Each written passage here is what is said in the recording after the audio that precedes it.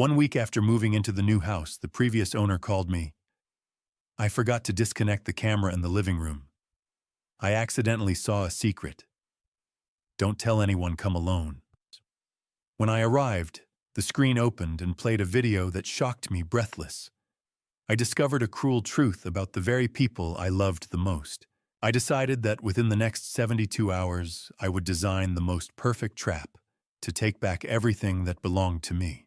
Hello everyone, welcome to our story. Please like, subscribe, and comment where you're watching from. Important note: this is a fictional story with dramatized elements for storytelling purposes. Any similarities to real events are coincidental, but the lessons about trust, betrayal, and self-protection carry deep meaning. Now let's continue with what happened next. The rhythmic metallic screech of a rusted hinge was the only thing filling the silence of my workshop, until the vibration in my pocket shattered the peace. Vincent Carter, a 61-year-old retired civil engineer, was replacing a rusted hinge on my workshop door when the call that changed everything arrived. The sharp September sunlight slanted through the workshop window, catching the dust motes dancing in the air as I wiped a bead of sweat from my brow. The air was thick with the comforting scent of WD-40 and old cedar, a smell that usually grounded me in the quiet order I have maintained since my wife Patricia died 3 years ago. I had been focused on the tactile resistance of the metal, just one more turn on the screw to align the frame perfectly. Patricia always hated that sound of a squeaky door, so I suppose I was doing it for her as much as for myself. I reached into my denim pocket, feeling the cold vibration of my smartphone.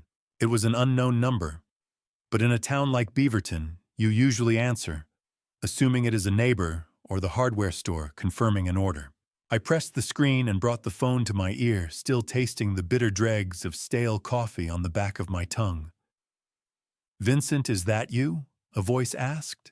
It was raspy and rushed a stark contrast to the sleepy Tuesday afternoon vibe of the neighborhood.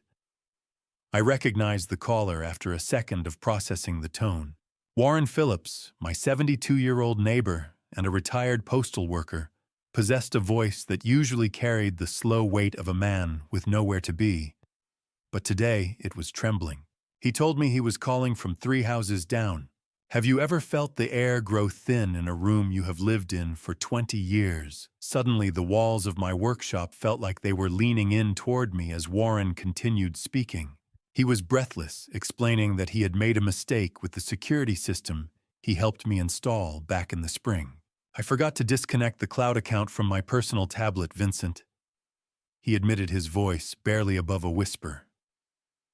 "I saw something on the living room feed while you were out." My heart skipped a beat as the realization set in that my neighbor had been unintentionally spying on my private home life for months. I opened my mouth to protest, to ask why he was watching, but the urgency in his voice stopped me cold. "It involves your daughter Vincent and that husband of hers, Trevor." I felt a sharp pang of apprehension tighten in my chest. Olivia and Trevor had been over for dinner just 2 nights ago, and everything seemed perfectly normal. Warren refused to explain further over the phone, citing the sensitivity of what he had witnessed on the screen. He insisted that I come to his house immediately, and that I come alone. Then he said it. The name. Olivia. He warned me in no uncertain terms not to call her or send a text until I had seen the footage for myself. My daughter has always been the pillar of my life, especially after Patricia passed.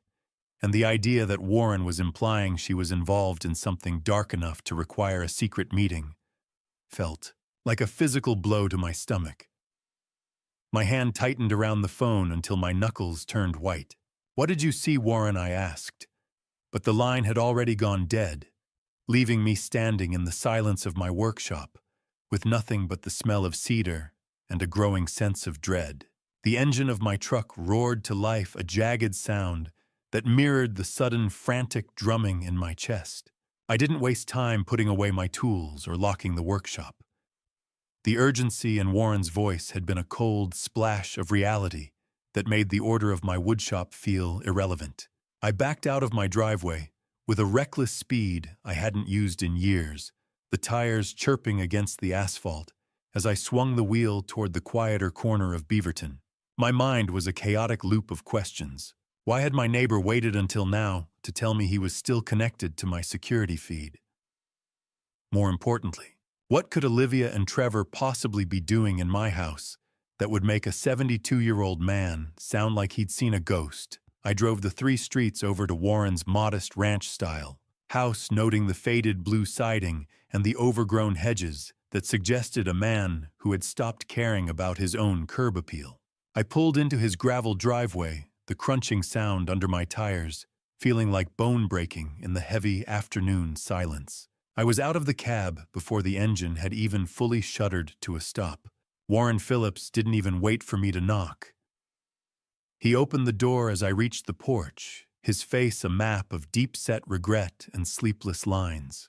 He looked older than he had just last week, his shoulders slumped as if under an invisible weight. I realized then that Warren wasn't just a nosy neighbor. There was a haunted look in his eyes that only comes from personal experience. He led me into a small, dimly lit den that smelled of stale tobacco and old yellowed paper. Trust is like a pane of glass. Once it's shattered, you can spend a lifetime trying to glue the shards back together, but you'll never stop seeing the cracks. Warren gestured for me to sit, but I stayed on my feet, my muscles coiled with a restless energy. He told me then in a voice that barely rose above a whisper why he was so vigilant. 15 years ago, his own son had systematically drained his life savings. It started with a simple lie about a mortgage payment and ended with Warren losing nearly everything but this faded ranch. I didn't think he was capable of it either, Vincent. He said, his hand trembling as he reached for a glass of water. By the time I checked the accounts, the ink was already dry and the money was gone. If you're wondering why I didn't just turn around and leave, it's because the truth, no matter how ugly, is always better than a comfortable lie. Warren pointed to a laptop sitting on a cluttered desk, its screen glowing with a harsh blue clinical light that seemed to leach the color from the room. He reminded me of the weekend in the spring when he'd helped me install the cameras for my Seattle trip, admitting he'd neglected to remove his credentials from the cloud app. He told me he hadn't watched all of the footage because it felt like a violation of my privacy, but the few minutes he did happen to see were enough to make him pick up the phone. He revealed that this wasn't just one isolated conversation. There were 5 separate recorded meetings that had occurred while I was at the firm. The silence in the den was heavy enough to feel like physical pressure against my lungs. Warren's finger hovered over the mouse for a split second. Then he clicked. The screen flickered, and suddenly I was looking into my own living room. The timestamp in the corner of the screen read, Monday, 2:15 p.m. The grainy pixels on the screen coalesced into the familiar comfort of my own living room. But the people sitting on my sofa looked like total strangers. My daughter, 34-year-old Olivia Morrison, sat on the edge of the sofa on the screen, her nervous fingers twisting the blue cardigan I'd given her for Christmas. Beside her, Trevor Morrison, my 37-year-old son-in-law, a logistics coordinator who always claimed to have a head for numbers, leaned back with a smirk that looked entirely too comfortable in my house. They weren't just visiting. They were going through a blue folder I recognized instantly from my desk. I watched as Trevor pulled out a document, laughing as he mimicked my signature in the air with a ballpoint pen. He didn't even blink when he signed the original. Trevor said, his voice tinny through the laptop speakers. It's not stealing if it's eventually going to be ours anyway, right? The betrayal wasn't a sudden impulse. It was a performance. Trevor began meticulously explaining to Olivia how he had tricked me into signing a packet of health directives that actually served as a shell for a total asset grab. He had inserted 2 extra pages, grant them full authority over my 401k and the deed to the house. I felt the air leave my lungs. I had trusted them with my medical future, and they had rewarded that trust by treating my life like a carcass to be picked clean before I was even cold. Olivia hesitated for a second, her eyes darting toward the hallway, as if she expected me to walk in. Trevor silenced her doubt by mentioning their mounting problems and reminding her that I barely check my accounts anyway. Your father trusts you, Olivia, he said, his voice dropping into a low, predatory register. That's his real weakness. Once the transfer is done, it's clean. House 401k everything. Have you ever seen someone you love look at your life like it was nothing more than a bank vault? They'd finally found the combination, for the cold horror of it made the air in Warren's den feel freezing. I was looking at a daughter I no longer recognized, and a man who saw my 30 years of civil engineering as a lottery ticket he was finally cashing in. Warren stopped the video, his eyes full of a pity that made me want to scream. He explained there were 5 more files and initiated a transfer to my phone. Buzz, buzz, buzz. Each notification in my pocket felt like a nail being driven into a coffin. I stood up, my movements, mechanical and rigid, my body performing the actions of a living man, while my spirit felt like it had been hollowed out. I'll send the rest to your phone, Warren said, his voice trembling. You need to see all of it. I managed a small, stiff nod as I walked toward the door. Thank you, Warren, I replied. I've seen enough for now. I walked out into the cool September night, the silence of the neighborhood now feeling like a trap designed to keep me quiet while they dismantled my existence. As I reached my truck, I realized that the trust Trevor mocked wasn't just a character trait. It was the specific tool they had used to engineer my ruin. I looked up at the moon, its pale light reflecting off the screen of my phone, as the first download completed, file_02_Wednesday_planning.mp4. The fluorescent lights of the Canyon Road diner flickered like a dying heartbeat, casting long, sickly shadows over the booth where I sat with a cold laptop and a hot cup of coffee I didn't plan on drinking. I didn't go home. I couldn't bear to look at those 4 walls yet, knowing that every corner of my sanctuary had been violated by the very people I called family. I had pulled into this 24-hour haunt off the main drag, needing the anonymity of a corner booth and the low hum of the industrial refrigerator to anchor me. Just coffee black. Leave the pot, I had told the waitress without looking up. I needed a moment of silence, or at least the closest thing to it that a roadside diner could offer at 8 o'clock on a Tuesday night. The smell of burnt grease and industrial cleaner was a welcome distraction from the metallic scent of dread that had been clinging to me since I left Warren's house.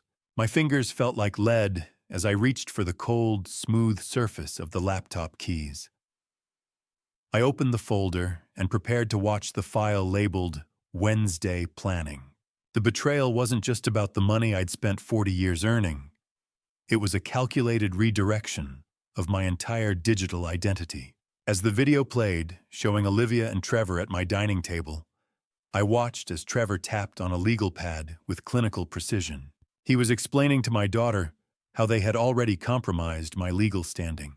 He won't track the changes if the notifications come through me, Trevor said on the screen, his smirk audible even through my headphones. He told Olivia that he had set up an email address she controlled to intercept any digital alerts from the county clerk. Have you ever sat in a public place and realized that every person around you is living a life of quiet normalcy while your own world is burning down in front of you? I looked at a truck driver, too, booths down, methodically cutting into a steak, while on my screen Trevor mocked me for being too busy in my workshop to notice a change in my own deed. Olivia looked nervous, her eyes darting toward the hallway, but Trevor's confidence was infectious, a parasite that was slowly overwhelming her guilt. 20 days. That was the length of my remaining life as a homeowner. The video reached a chilling climax when Trevor pulled a physical calendar toward him and circled a date in bold red ink, September 30th. He looked directly at Olivia, his face hard.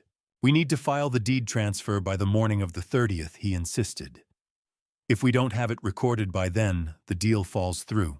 I watched him slide a paper napkin across the table, a gesture I found myself mimicking in the diner with a shaking hand.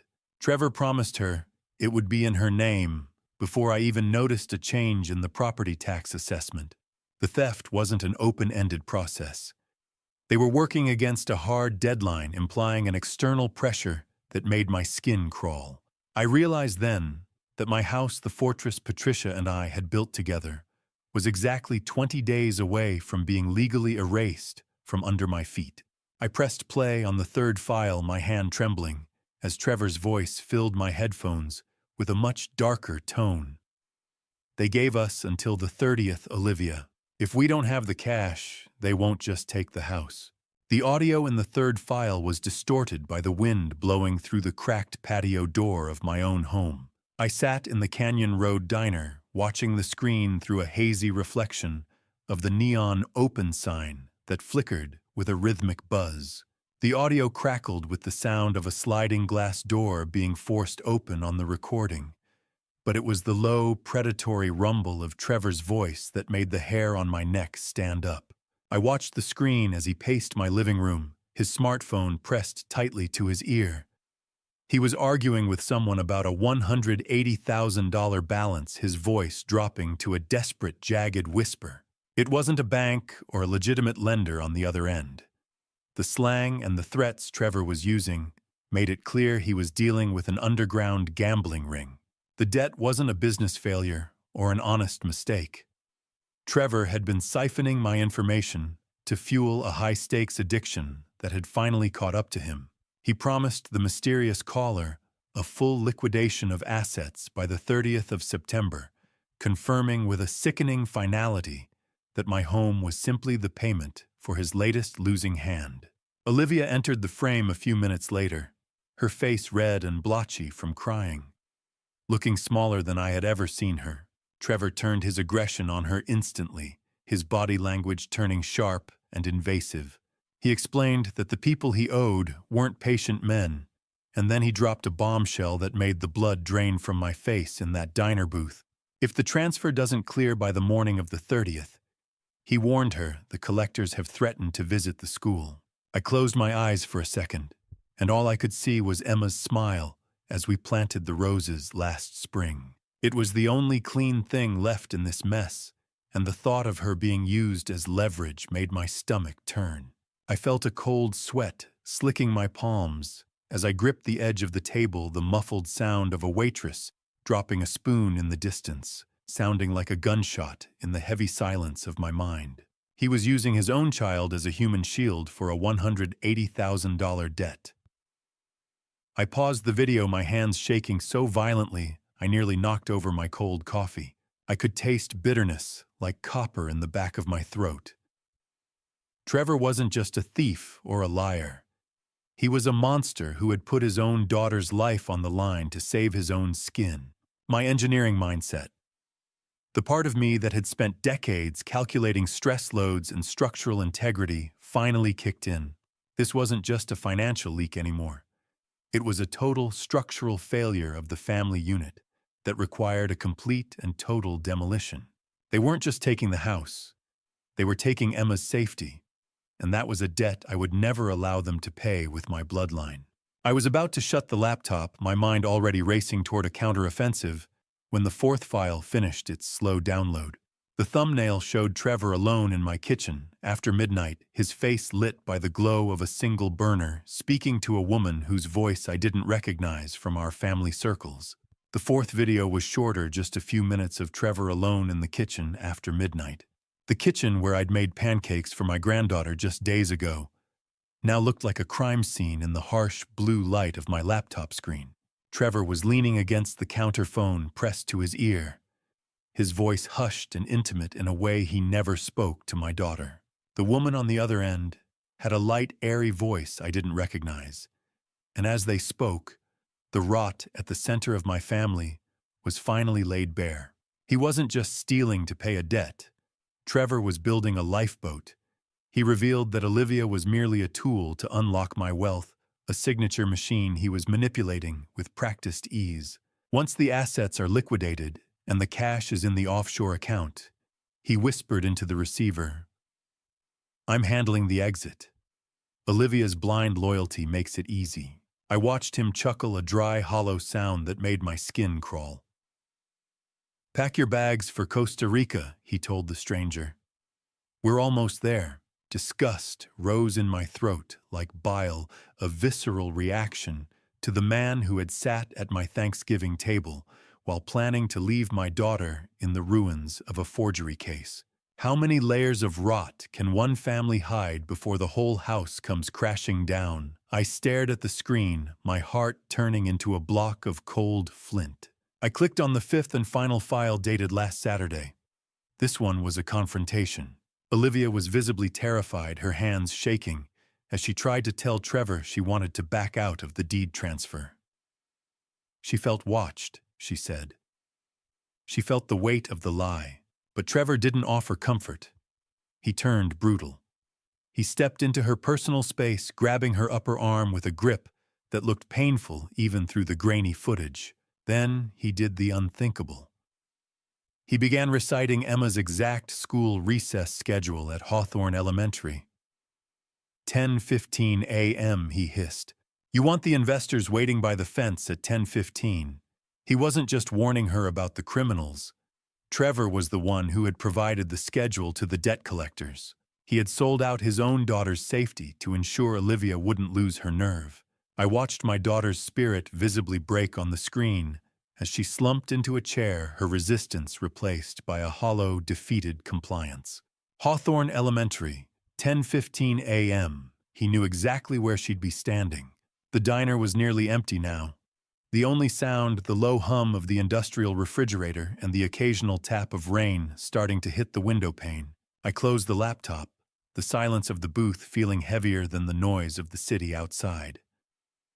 I pulled out my yellow legal pad, the coarse paper feeling real and solid under my fingertips.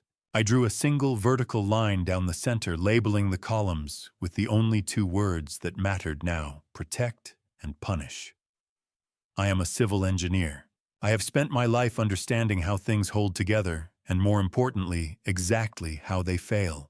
I know how to find the structural weakness in a man, and Trevor Morrison was nothing but a series of fractures held together by ego. I realized that to save Emma, I had to be as methodical and ruthless as the man trying to destroy us. Protect the innocent first, I whispered to the empty diner. Deal with the guilty later. I walked out to the parking lot, the cool air sharp in my lungs. I started the engine and watched the dashboard clock flip to 1:32 a.m. By sunrise, the first pillar of Trevor's plan would be ready to fall. Wednesday morning arrived with the kind of gray Oregon mist that hides everything in plain sight. I poured my oatmeal into the same ceramic bowl Patricia had bought on our 20th anniversary. My hand so steady it felt like I was back at the firm, drafting blueprints for a bridge that was never meant to collapse. I follow my 6:15 a.m. routine with surgical precision, showering, making coffee, and stepping onto the porch to feed the neighbor's cat. Every movement is a calculated mask to hide the fact that I spent the night cataloging my daughter's betrayal in a diner booth. The smell of cedar and morning rain drifts through the open window, a sharp, stinging clarity of light that makes the west slope look normal but feel entirely hollow. Routine is a shield I have worn for years, but today it feels like armor. Patricia would have known something was wrong the moment I walked into the kitchen. She always saw through my stoic engineering facade, but she isn't here to warn me about the rot growing in our own bloodline. The morning call from Olivia wasn't just routine. As the phone chirped on the counter, I realized she was using the exact distraction tactics I'd heard her and Trevor discuss in the video. She wasn't just a passive bystander. She was an active, conscious participant in the timing of this theft. At exactly 10 a.m., the digital chirp of my smartphone broke the silence. I picked it up, watching the name Olivia flash on the screen. "Hi, Dad, just checking in." Her voice came through light and carefully pitched to sound like a concerned daughter. "How are you feeling today?" I responded with the exact amount of warmth she expected my voice steady, even as my mind replayed the footage of her twisting her cardigan while Trevor mapped out my ruin. "I'm fine, sweetheart," I told her. "Just working in the garden." "How is Emma?" Every word felt like a structural test. I realized that every inquiry into my health was actually a probe to see if her financial trap had been tripped yet. How do you band-aid a heart that's being shredded by the person you die to protect? I stood there clutching the cool, smooth ceramic of my bowl, listening to the rhythmic tap of the coffee maker, as my daughter lied to me with the same ease she used to tell me she'd finished her homework 25 years ago. Her voice was like a well-polished mirror, bright and clear, but only reflecting what I was supposed to see, hiding the dark, silver backing where the lies were etched. Olivia mentioned they would stop by tomorrow afternoon. Trevor wants to help you with that fence, she added. I agreed readily, maintaining the docile senior persona they've assigned to me. I'd like that, I said. I'll make sure to have some tea ready. But I knew better. Trevor's offer to fix the fence was a ruse to get me out of the house, a way to ensure I was occupied in the yard, while they searched my office for my original non-forged identity documents. They needed the real papers to make the fake ones stick. As soon as the line went dead, the warmth left my face like a sunset behind a storm wall. The facade was for them, but the action was for me. I grabbed my keys, the metal cold against my palm. I pulled out of the driveway, but I wasn't heading to the hardware store for fence supplies. I was heading to a place where I could find a very different kind of specialist. The sliding glass doors of the Beaverton Library hissed shut behind me, sealing out the damp Oregon morning and leaving me in a silence that felt heavy with the secrets I was about to dig up. I walked past the front desk with a stiff nod, seeking out a back corner computer terminal where the stacks would shield me from any inquisitive eyes. My own laptop was back in the workshop, but I needed a neutral digital trail today. I sat down and began searching for specialists in power of attorney fraud and elder abuse, my engineer's mind, filtering through names and reviews like I was auditing a structural schematic. One name consistently surfaced with high praise: Evelyn Chambers. Her profile described a woman who didn't just know the law, but knew how to weaponize it against those who prey on the vulnerable. My hands stilled on the keyboard when I realized Chambers was the same lead counsel who handled the high-profile case Warren Phillips had mentioned last week. She had a personal history with exactly the kind of toxic greed Trevor was exhibiting. I didn't need someone to just defend my assets. I needed someone who knew how to dismantle a predator. I stepped into the library lobby and dialed the number for Chambers' office. The receptionist was professional, but I could hear the sharp, jagged edge of urgency in my own voice as I mentioned words like power of attorney revocation and fraudulent filings. I felt a small surge of momentum when she scheduled me for a consultation on Friday morning at 9:30 a.m. I spent the rest of the afternoon at a nearby print shop, the air thick with the smell of toner and warm paper, as I meticulously scanned the files Warren had given me. I organized them into a heavy physical folder, creating a legal arsenal that felt as solid as a foundation stone in my hands. Have you ever looked at your own front door and realized it was no longer an entrance, but a barricade you were about to breach? I drove home with that heavy folder tucked deep under my passenger seat, the taste of copper in the back of my throat as the adrenaline began to spike. There they were, the predators on the porch. As I turned onto my street, my heart hammered against my ribs at the sight of Olivia's silver sedan parked in my driveway, with Trevor's black truck idling behind it. They weren't supposed to be here until tomorrow afternoon. My 5-year-old granddaughter Emma was a bright spark of blonde hair and boundless energy sitting on the porch swing with a coloring book that she abandoned the moment she saw my truck. I forced a smile for her, a mask that felt like it might crack my face open. Trevor stepped off the porch, flanked by a man in a gray jumpsuit, carrying a heavy tool bag, a handyman. Trevor called him, but I recognized the distinctive set of picks hanging from his belt. He was a locksmith. Trevor wasn't here for a social visit. He had brought a specialist of his own to help him bypass the safe in my basement, where I kept the original property deed. I gripped the legal folder tightly, sliding it deep into the dark crevice between the seats as Trevor approached the driver's side window, his eyes searching my face for any sign that the old man had finally figured out the game. The walk from the driveway to the porch felt like a march toward a gallows I'd built for my own family. A grandfather's smile is supposed to be the easiest thing in the world to wear, But as I stepped onto the porch, mine felt like a mask made of lead, heavy and cold against my skin. I forced my features into a practiced softness, greeting Emma with a hug that felt like the only real thing left in this house. Stepping inside, I entered a space that no longer felt like mine. Olivia was in the kitchen, her sleeves rolled up, as she helped Emma with a coloring book, looking every bit the devoted daughter I had raised. Trevor stood in the hallway, his presence a jagged intrusion in the foyer. He didn't even wait for a hello before asking about the refinance folder he claimed I'd left out on the desk. I had to swallow the bitter bile rising in my throat and pretend I'd forgotten exactly where I put it. I played the part of the slightly confused senior they so desperately wanted me to be, watching Trevor's artificial, gleaming smile widen as he thought he was winning. During a brief moment over the counter, Olivia made a strange slip of the tongue, mentioning a Costa Rica travel brochure she'd seen. It was a chilling revelation. Trevor was already grooming her for the move, though she clearly didn't realize she wasn't actually part of his real exit plan. We eventually sat down to a dinner of takeout Thai food, the air thick with the smell of spicy ginger and soy that couldn't mask the unspoken lies.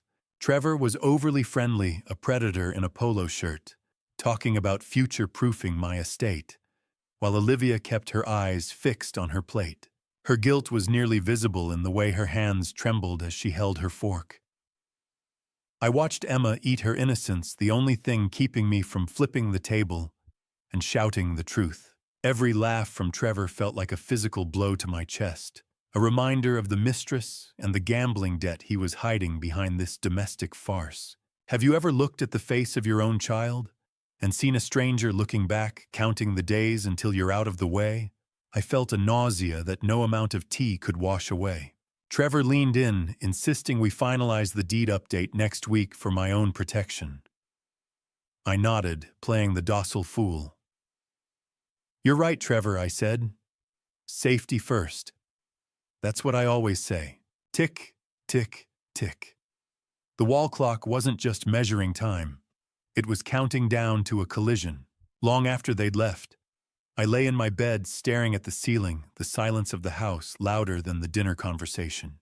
The shadows in the corner of the room seemed to shift, like the fraudulent clauses Trevor had inserted into my life. I realized I had 48 hours until I met Evelyn Chambers. That was 48 hours of looking my daughter in the eye and pretending I didn't know she was helping a man who intended to discard her like trash. The rough texture of the bedsheets felt like sandpaper as I twisted in the dark. I stood up to get water and noticed the workshop door slightly ajar. My heart stopped. I checked the logs later. Trevor hadn't just stopped by early. He'd gone into the workshop while I was busy at the table and took photos of my personal ledger, looking for the account numbers to bypass my remaining security. I closed my eyes, but the last thing I saw wasn't sleep. It was the red light on the workshop security panel blinking like a warning I was finally ready to heed. The morning sun had been too bright, a cruel contrast to the dark reality of my living room. But by the afternoon, the typical Oregon gray had returned to settle over Beaverton. Emma's laughter was a bright silver thread cutting through the heavy mist, a sound so pure it made the lies sitting in my pocket feel like lead weights. We were in the backyard garden, a sanctuary that felt more honest than the house ever could lately. I watched my 5-year-old granddaughter hop between the rows of tomato plants Patricia had planted before she got sick. The garden was a living memory of my late wife, and watching Emma nurture it made the threat against her safety feel even more visceral.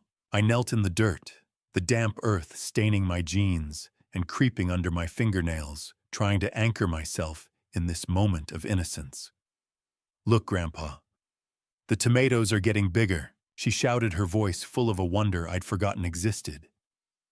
"They are, Emma," I replied, wiping a cold mist from the garden hose off my cheek.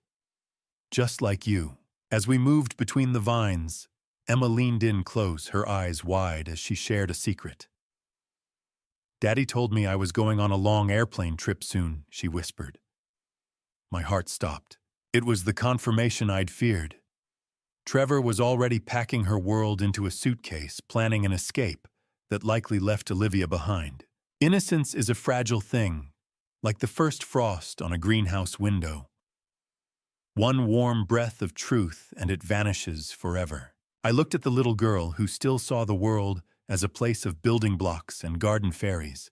"Grandpa, when I grow up, will you teach me to build things?" she asked, her small hand reaching out to touch a ripening fruit. The question mirrored a promise I once made to a young Olivia, a cycle of trust that had been broken by the generation in between. "I'll teach you everything I know, sweetheart." I promised, my voice thick with a solemn conviction. I looked up to see Olivia watching us from the patio, her face unreadable. I realized then that I wasn't just fighting for my house. I was fighting for the version of Olivia that Emma still believed in. I wanted to reach out to warn my daughter that the man she loved was tracking her like a prisoner, but the facade had to hold. I stayed on my knees in the dirt, feeling the heavy burden of the grandfather Emma thought I was, and the predator I was becoming to protect her. An airplane trip. He was already planning to vanish with her. The spell of the garden was broken when Olivia called Emma to the car. "Come on, Emma, we need to get home." Her voice carried a sharp edge that made my skin crawl. I stood on the porch, my hands hanging heavy at my sides, and watched as they walked to the silver sedan. "Bye, Grandpa. See you tomorrow." Emma waved as she climbed into her seat. I managed a stiff wave back, watching the red taillights of the car fade into the gathering gray. As the car pulled away, a flash of metallic silver caught the low light. There, tucked under the curve of the rear bumper, sat a small magnetic GPS tracker. The realization hit me like a physical blow. Trevor wasn't just monitoring my accounts. He was monitoring his wife's movements to ensure no one interfered with his exit. I watched the empty street for a long time. The shadow of that tracker burned into my mind. I wasn't just up against a thief. I was up against a jailer. The kitchen was too quiet, the rhythmic ticking of the wall clock sounding less like a timepiece and more like a judge's gavel striking the bench over and over. I stood at the counter, the smell of grilled chicken and rice filling the air. Yet I had no appetite. I had spent 40 years designing structures meant to withstand the elements, but I was currently failing to withstand the silence of my own home.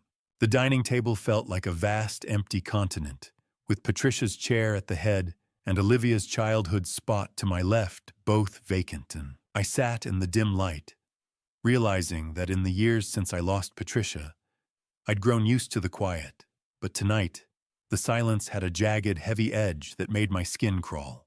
"It's just dinner, Vincent," I whispered to the empty room. "Eat."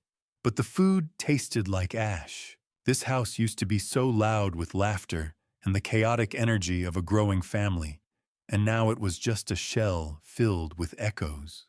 While I was cleaning the table afterward, my fingers brushed against something hard under the rim of my own chair. I leaned down, peeling back a strip of adhesive. A microphone, small, black, and cold. Trevor wasn't just tracking Olivia. He was listening to my private moments. How many years of trust does it take to build a life? And how many seconds of greed does it take to tear it down? I held the bug in my palm, the metallic intrusion making me feel physically ill. Trevor Morrison was a cancer, and my daughter was merely infected. I walked to the pantry door, my thumb tracing the rough texture of the growth chart notches carved into the wood. I wondered when Olivia stopped being the girl who cried over a scraped knee and became the woman who could help forge a signature. Did I fail her, or did I just stop paying attention while I was busy being the provider? The guilt was a heavy weight, but then I remembered the way Trevor had weaponized Emma's school schedule. The self-doubt evaporated, replaced by a cold, protective fire that burned away the last of my hesitation. A microphone in my own home. The intrusion was total, but so was my response. I didn't smash the device. I simply put it back. If Trevor wanted to listen, I would give him exactly what I wanted him to hear, nothing but the sounds of an old man going to bed early. I moved to the den, with mechanical precision, closing the door softly. I began to finalize the documents for tomorrow's meeting with Evelyn Chambers. I organized the bank statements, the forged power of attorney copy Warren gave me, and my own original documents into a neat, high-tensile stack. I am no longer just a father or a grandfather. I am an engineer building a fortress that no gambler or thief can breach. Everything was in its place, just like a blueprint. As I prepared the folder, I realized Trevor's biggest tactical error, the original deed he was so desperate to find, was never in this house.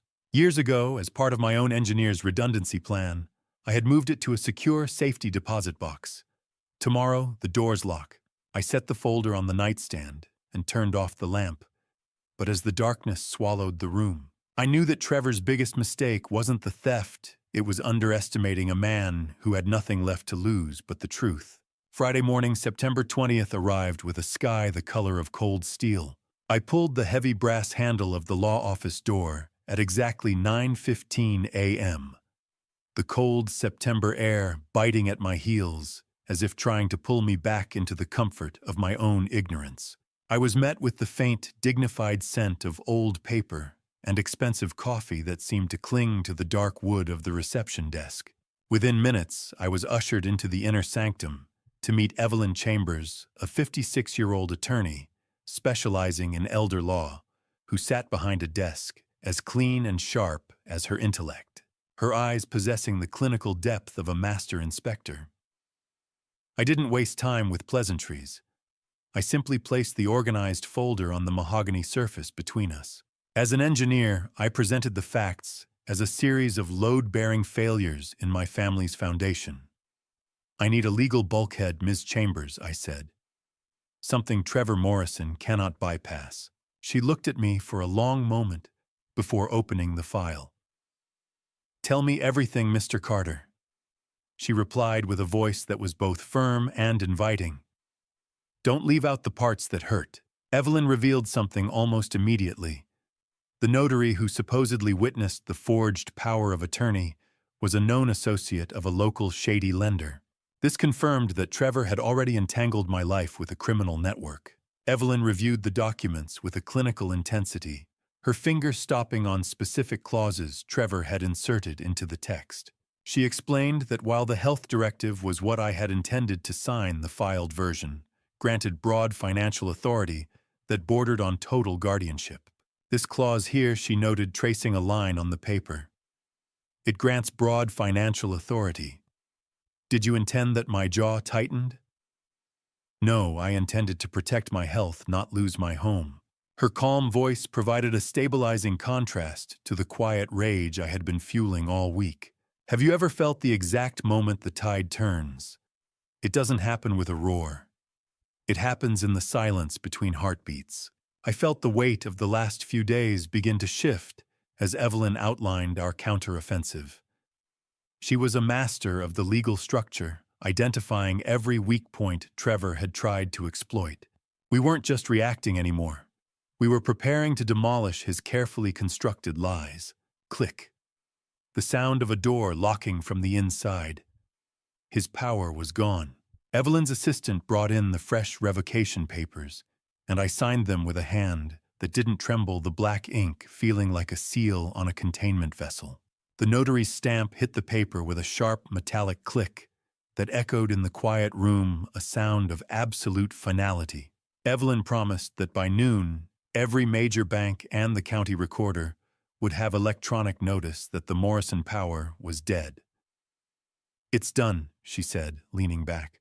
You've officially taken back the keys to your life. I looked at the drying ink, a grim satisfaction settling over me. Good, I replied. Now I want to see how he tries to open the locks. As I rose to leave, Evelyn informed me that she had already flagged my social security number for potential identity theft.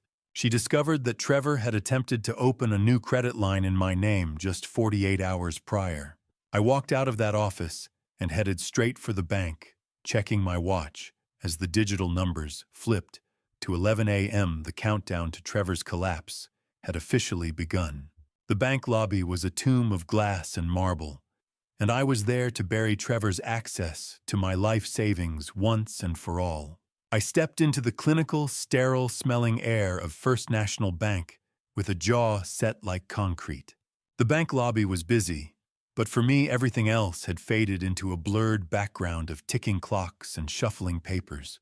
I was ushered into a glass-walled office to meet Andrea Bennett, a 42-year-old personal banker with a sharp bob and even sharper eyes, who had been the gatekeeper of my finances since Patricia was still alive.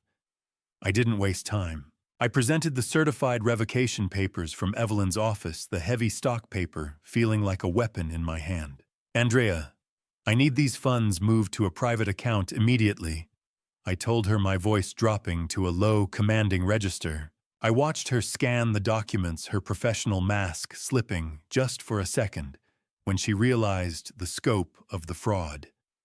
"Mr. Carter, given the power of attorney revocation, I've flagged this for the fraud department as well," she said. Then she leaned in, her voice hushed. "I should tell you Trevor Morrison called this morning to inquire about daily withdrawal limits." My stomach did a slow roll. My timing had been a matter of mere hours. If I had waited until the afternoon, the $680,000 I'd spent 40 years building would have been a ghost.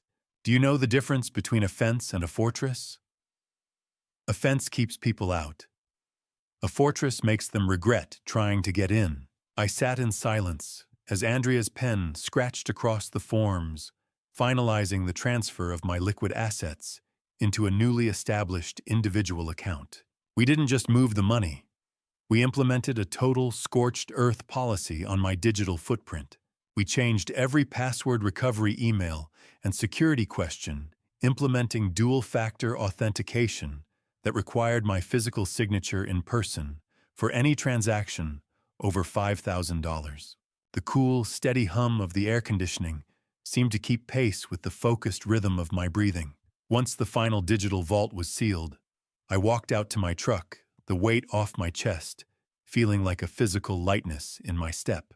I sat in the parking lot and made a call to a former colleague, a retired investigator with deep FBI connections. I provided specific details about the illegal gambling operation Trevor mentioned in the recordings, framing it as an immediate threat to Emma's safety. Monday morning, Vincent, my contact, promised, the voice sounding like gravel. "The wheels will start turning."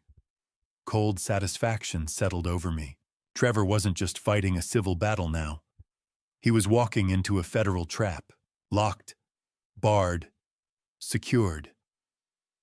The Morrison era was over. I returned home and sat at my kitchen table with my yellow legal pad, the rough surface familiar under my palm. I created a final spreadsheet with 3 columns: assets, secured authority revoked, and exposure logged. I checked off every box with a steady hand, the blue light of the laptop reflecting in my glasses as I audited my own defense. The house was quiet, but for the first time in weeks, the silence felt like a victory rather than a haunting. Every door was locked both physically and legally. As I went to close my laptop, a small notification caught my eye on the network admin panel. A new, unauthorized device was logged into my home's Wi-Fi. Trevor was using a signal booster from the rental house across the street to try and hack into my server. I watched the unknown device blink on my screen, a ghost in the machine that thought it was still in control. "Go ahead, Trevor," I whispered to the empty room. "Try the door." Monday morning arrived with a notification that made my phone vibrate against the nightstand, like a warning siren signaling that the first wall of my fortress had been struck. I didn't reach for it with the panic of a victim, but with the cold, measured movements of an engineer monitoring a stress test. The sharp, rhythmic vibration was the only sound in my bedroom, aside from the low hum of the rain against the glass. I sat up, the smell of cold coffee sitting on the nightstand from my late-night vigil stinging my nostrils. The automated alert from my bank was precise, an attempted login using my credentials from an unrecognized IP address in southeast Beaverton. I didn't need to guess who it was. I opened my laptop, the blue, sterile light washing over my face, and logged into the hidden ceiling camera feed I had established in Olivia's rental house. On the screen, I saw my daughter sitting at her small kitchen table. Her face was illuminated by the flickering glow of her own screen, her brow furrowed in deep frustration.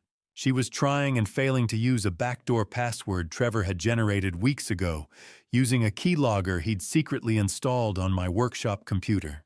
I watched her fingers fly across the keys, desperate to find the crack in the foundation I had already reinforced with steel. "Come on, work," I heard her whisper through the high-gain microphone. "Why is it asking for a physical token?" Have you ever watched a predator realize they've stepped into a trap of their own making? The silence that follows is the loudest sound in the world. I watched her lean back, her eyes wide with a growing, frantic realization. She picked up her phone and dialed a number on speakerphone. I adjusted my volume, listening, as she identified herself to a bank representative. Her voice pitched high with a forced, artificial politeness. She attempted to use the power of attorney to verify what she called a technical glitch. But the representative's voice was a wall of clinical finality. "I am sorry, ma'am," the voice crackled through the distorted speakers, "but that authority was formally revoked as of noon last Friday. All accounts are currently under a restricted freeze pending a secondary fraud investigation." The blood drained from Olivia's face in high definition, a silent, hollow scream captured in the grain of the video. It was the look of a bridge collapsing in slow motion. Southeast Beaverton, 82nd Avenue. I was watching her world collapse from 30 miles away. Olivia's hands trembled so violently, she almost dropped the phone as she ended the call. She didn't wait a second before redialing Trevor. I watched her pace the small living room, her eyes darting toward the window with the wide, white-rimmed stare of a cornered animal. She was clutching a legal pad, her knuckles white. When Trevor didn't pick up, she left a frantic voicemail, her voice cracking under the pressure. "Trevor, pick up. The bank. They said it is gone. Everything is blocked. He knows Trevor. I think he knows everything." But then she added something that made my blood run cold. She mentioned a third account, something about a subsidiary filing Trevor had made in my name that I hadn't found in my own audit. The fraud was deeper and more complex than even I had mapped out. I closed my laptop, the image of my daughter's total unraveling etched into my mind like a failed stress test. I watched the status bar on my screen. Trevor's car was just pulling into her driveway, and the look on his face through the dash cam hack was pure, unadulterated rage. The sound of Trevor's tires screeching on the asphalt was the first thing the audio recorder picked up, a jagged tearing of the quiet evening air. The front door of the rental didn't just open. It hit the wall with a crack that sounded like a gunshot through my laptop. Speakers followed immediately by the heavy, uneven tread of a man who had lost his grip on everything but his anger. I adjusted the grainy, high-contrast night vision feed on my screen, watching as Trevor Morrison stormed into the living room, bringing the smell of rain and exhaust with him. He threw his keys onto the counter with enough force to rattle the dishes in the sink. Olivia was cowering near the counter, her face pale and tear-streaked. Trevor began pacing the small space like a caged predator, his voice a low, vibrating growl as he demanded to know exactly what the bank teller said. He refused to believe the old man could have been smart enough to revoke the authority on his own. "What do you mean, revoked?" he roared. "I saw him sign those papers." Olivia's voice was thin, a structural failure in itself. "He's a retired engineer, Trevor. He's not stupid. He's methodical." That was when Trevor pulled out a folded document. He revealed that he had already pre-signed a quitclaim deed using the forged power of attorney, intending to bypass the bank entirely by going straight for the land title. Have you ever seen the exact moment a person realizes they've sold their soul for a debt they can never pay? It looks like Olivia's face right now. I watched as Trevor's desperation turned into physical intimidation. He grabbed Olivia by the shoulders, his white-knuckled grip shaking her, as he explained that the people he owed were done waiting. The September 30th deadline was immovable. 7 days, Olivia. We have 7 days before they stop calling and start knocking. He forced her to look at him, reminding her that she was already an accomplice, and that the police wouldn't care who started the forgery once the signatures were verified. You signed those papers too, he hissed. You're in this as deep as I am. You want to lose Emma to the state. The cruelty of his logic was a pressure cooker, and I could see my daughter's spirit buckling under the load. 7 days. 7 days until the wolves came for my family, and Trevor was the one holding the door open. My heart felt like it was being compressed in a vice as I watched his hands on her, my own breathing heavy and synchronized with the static on the feed. Trevor eventually calmed down into a cold, sharp focus that was far more terrifying than his yelling. He decided that the bank was a lost cause for now, and pivoted the entire plan toward the property deed. Forget the cash, he said, his eyes narrow. If we get the deed recorded at the county office, we own the leverage. He instructed Olivia to have the paperwork ready for the morning, claiming the land title office wouldn't have the revocation update for another 48 hours. Tomorrow morning, the county office. Be ready. I watched as he slammed out of the house, but the audio stayed live as he reached his truck. He made a muffled phone call to his mistress, revealing that he planned to cut the wait, meaning Olivia, as soon as the deed was filed. The bastard had no loyalty even as the ship was sinking. He left Olivia collapsed in a chair, sobbing into her hands. I watched her reach for her phone, her fingers hovering over my contact name for a long, agonizing minute before she slowly put the device face down on the table and let out a sob that broke my heart all over again. Tuesday morning arrived with a stillness that felt like the intake of breath before a scream, and through the pinhole lens of the ceiling camera, I watched my son-in-law become a monster. I sat in my workshop surrounded by the scent of cedar and oil, but my mind was miles away in Olivia's rental. Trevor was pacing the small living room, like a caged predator, his movements jagged and aggressive. He was berating Olivia for her hesitation, insisting that they file the deed transfer at the county office today before I could block it. His desperation was palpable. He checked his watch every few seconds, signaling that his debt-induced clock was ticking toward zero. Olivia sat on the sofa, clutching a throw pillow to her chest, as if it were a tactical shield against the storm of his anger. We go to the county office today. Trevor barked, his face leaning into hers. I don't care if you're scared. Olivia's voice was a fragile whisper. What if Dad knows Trevor? What if he is waiting for us? Trevor let out a jagged sound that was supposed to be a laugh. He's an old man, Olivia. He's probably just confused by the new bank app. Then Trevor dropped the mask entirely. He admitted that he had personally walked the loan sharks past Emma's school to show them the target, proving his betrayal was an active choice, not a desperate reaction. Have you ever heard the sound of a mother's soul being traded for a lie? It's a silence so deep it swallows the room. Trevor snapped, grabbing Olivia's arm with a white-knuckled grip and pulling her toward him. He dropped the cold, final threat. The loan sharks knew Emma's exact recess time at Hawthorne Elementary, 10:15 a.m.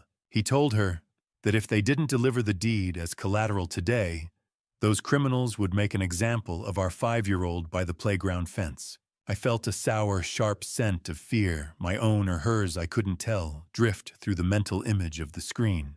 I watched my daughter collapse into total defeat, her spirit breaking, as she realized her own husband had weaponized their child's safety. You said you would leave her out of this. She sobbed, her body shaking under the load of his coercion. You promised. Trevor didn't flinch. Promises don't pay debts, Olivia. Only deeds do. He let go of her arm, leaving red marks on her skin that burned into my retinas. 9:00 a.m. That was the time they set for the end of my life. I decided it would be the start of theirs. Olivia nodded slowly, her face a mask of hollow grief, as she agreed to meet him at the county office tomorrow morning to finalize the filing. Trevor smoothed his shirt with a chilling return to composure, as if he hadn't just threatened a child. Good girl, he said, his voice returning to that artificial, oily warmth.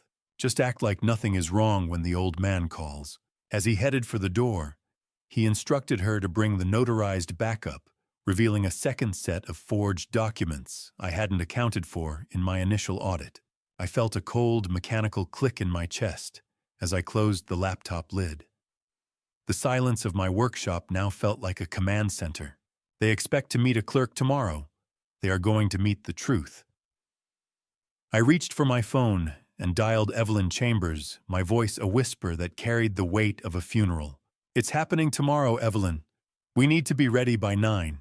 The phone call to Evelyn was brief, the kind of conversation men have when there are no words left to waste, and the only thing remaining is the cold, hard geometry of a trap.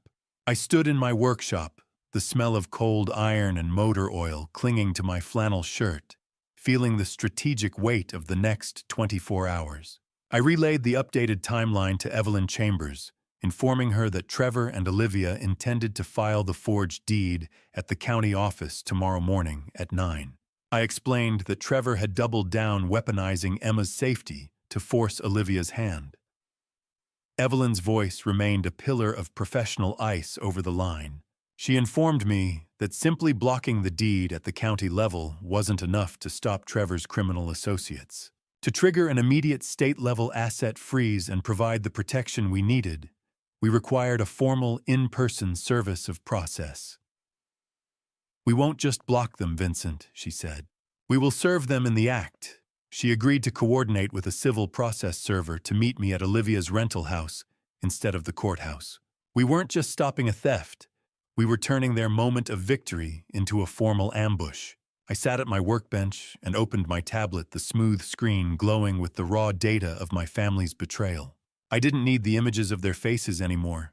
The scratchy recorded voices were enough to dismantle Trevor's house of cards.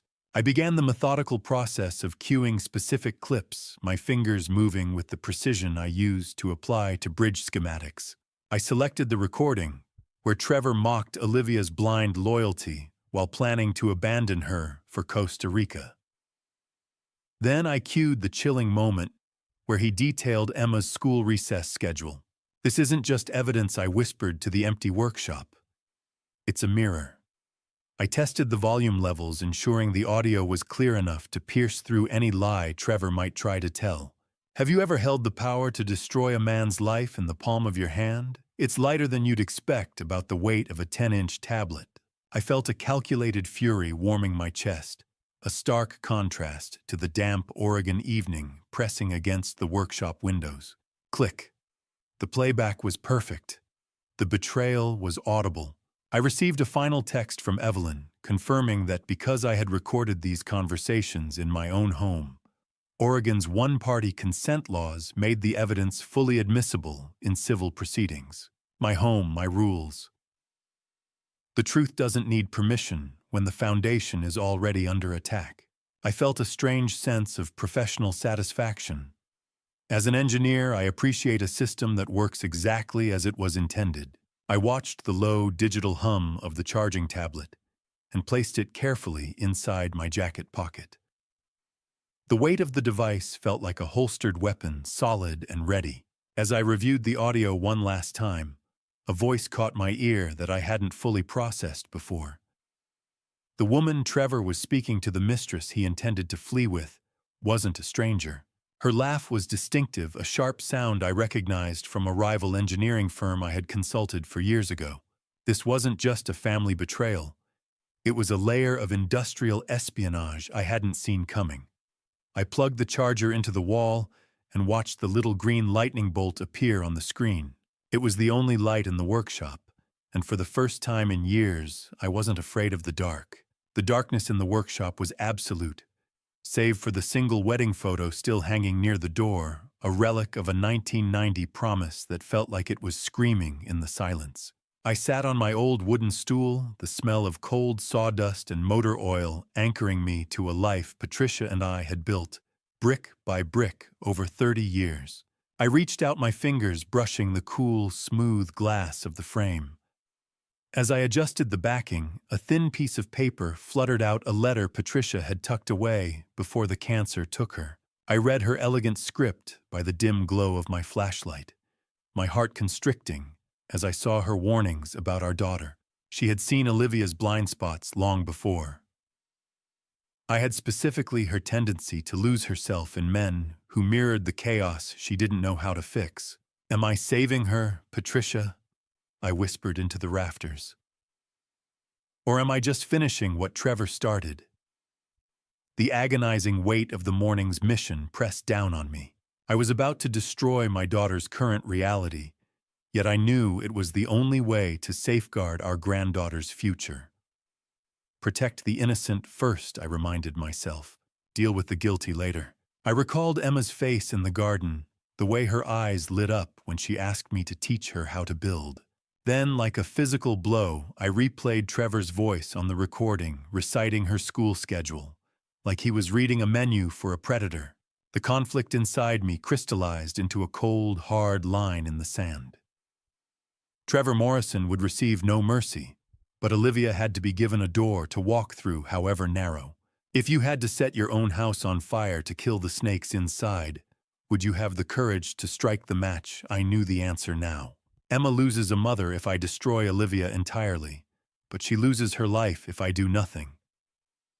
Love in this house had always meant providing, but now it meant enforcing consequences. Being a father didn't just mean shielding your children. Sometimes it meant letting them strike the ground hard enough to finally wake up. I felt a determined moral clarity wash over me, replacing the soul-searching agony that had kept me paralyzed since the first phone call from Warren. Silence. Then the click of the latch. The decision was made. I stood up and walked to the small wall calendar where I used to track bridge project deadlines and concrete pours. I didn't see engineering dates anymore. I saw the geometry of a life-saving operation. I decided on my own protocol, separate from the legal one Olivia would have until sunset tomorrow, to choose Emma over Trevor. I turn off the workshop light, leaving only the green charging glow of the tablet to pierce the gloom. I walked toward the house, my boots crunching on the gravel with a stride that had no room for further doubt. I was ready for the morning. Choice is a structural necessity, and I was about to force hers. By offering her a path to redemption, I knew I was violating the strict total asset freeze Evelyn recommended, potentially putting my own legal standing at risk. But some things are worth the hazard.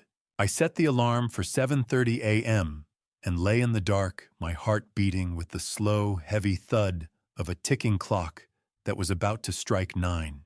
Wednesday morning arrived with the clinical chill of an operating room, and as I buttoned my gray shirt, I felt less like a father and more like a surgeon about to excise a tumor. I followed my routine with robotic precision, brewing coffee, charring a single slice of toast, and feeding the neighbor's cat. These mundane acts steadied my hands, though I found myself checking my watch every 5 minutes, as if I were timing a detonation. At 8:30 a.m., I pulled out of my driveway, heading toward the Southeast 82nd Avenue rental. The commute felt like a funeral procession for the life I used to know. I parked a block away on a side street, blending my truck into the long shadows of a large oak tree to wait for the legal team. I realized that Officer Walsh wasn't just here to serve papers. He had been fully briefed on the Costa Rica threat and was prepared to initiate an emergency welfare check on Emma the moment that door opened. I sat in the cab, gripping the steering wheel, until my knuckles matched the color of the gray sky. Routine can steady the mind, I whispered to my reflection in the rearview mirror. Steady, Vincent. Just 10 more minutes. At 8:55 a.m., Evelyn Chambers's silver sedan pulled up behind me, followed immediately by Officer Walsh in his marked cruiser. The sight of the police lights, even unlit, made the reality of the situation settle in my gut like lead. We didn't speak as we stepped onto the pavement. We exchanged a single grim nod. I looked through the front window of the rental from my vantage point and saw Olivia pacing the living room in that blue cardigan I'd given her. Trevor was there too, adjusting his silk tie in the mirror, looking every bit the confident businessman. They thought they were heading to a courthouse to finalize a theft that would secure their future. They had no idea the courthouse was currently standing on their sidewalk. Have you ever stood on the precipice of a disaster and realized You were the one who engineered the crash? It's a terrifying kind of peace, knowing that the structural failure is finally out of your hands and into the laws.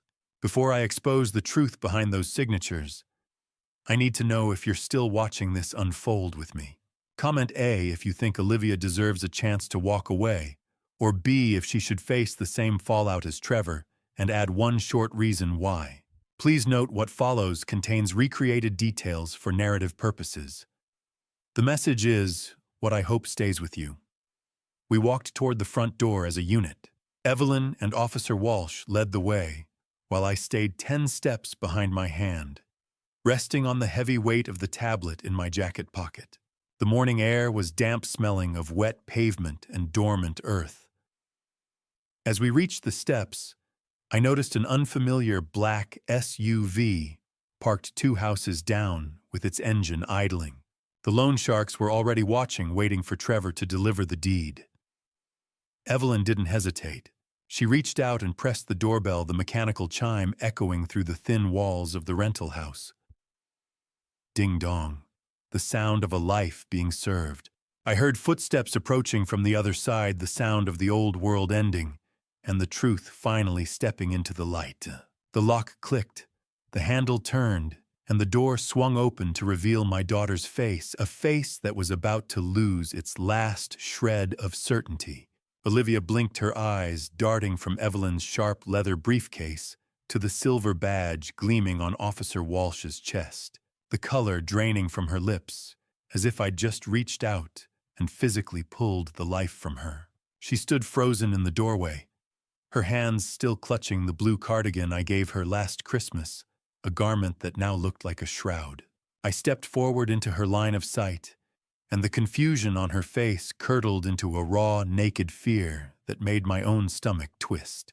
Trevor's voice barked from the kitchen, demanding to know who was at the door with that aggressive entitlement he wore like a second skin.